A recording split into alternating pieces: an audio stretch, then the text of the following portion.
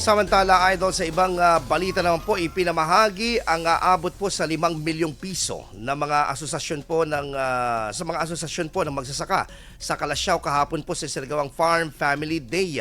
Ang naturang halaga ay tulong umano na nagmula sa Department of Agriculture kung saan ilalaan sa pagbili ng mga kagamitan upang matiyak ang pagpapayabong ng sektor ng agrikultura sa bayan.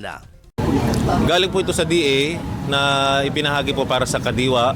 Ngayon ito po ay pambibili natin ng additional trucks o pansasakyan para mai-transport ng mas mabuti yung kanilang mga produkto na meron din counterpart ang munisipyo dito. Ngayon ito yung purchase natin ng truck at saka close van.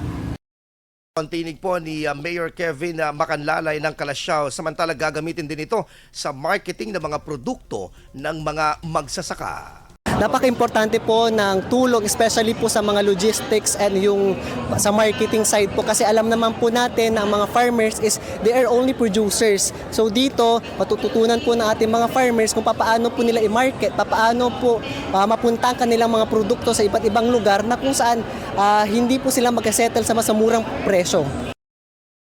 Po naman ni Mr. Gerald Quinita. Samantala, tiniyak din po ng lokal na pamahalaan ng Kalasyaw ang tulong para sa mga magsasaka upang hindi mapag-iwanan ng makabagong panahon.